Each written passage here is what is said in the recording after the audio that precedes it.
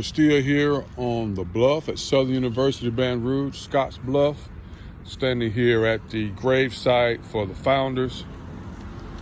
Mr. Joseph Samuel Clark was the first president of Southern University. And to my right is his wife, Miss Octavia Head Clark. And to my left is his son, Felton Grandison Clark, which is his son. So we have J.S. Clark and we have F.G. Clark.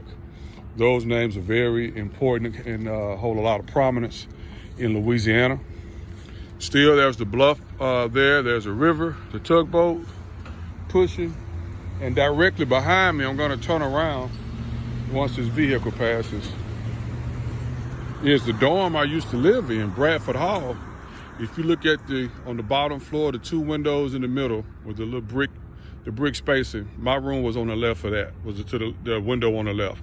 So I could literally sit in my room here on the campus of Southern University, Baton Rouge, look out of the window, and all these trees weren't here then. I was here in the 90s. And see the tugboats coming and going along the river. And once again, directly where my finger is now, on the other side of the river, the western side of the river, was still Spanish territory. They did not sell that during the Louisiana Purchase. It's Free Negro Point.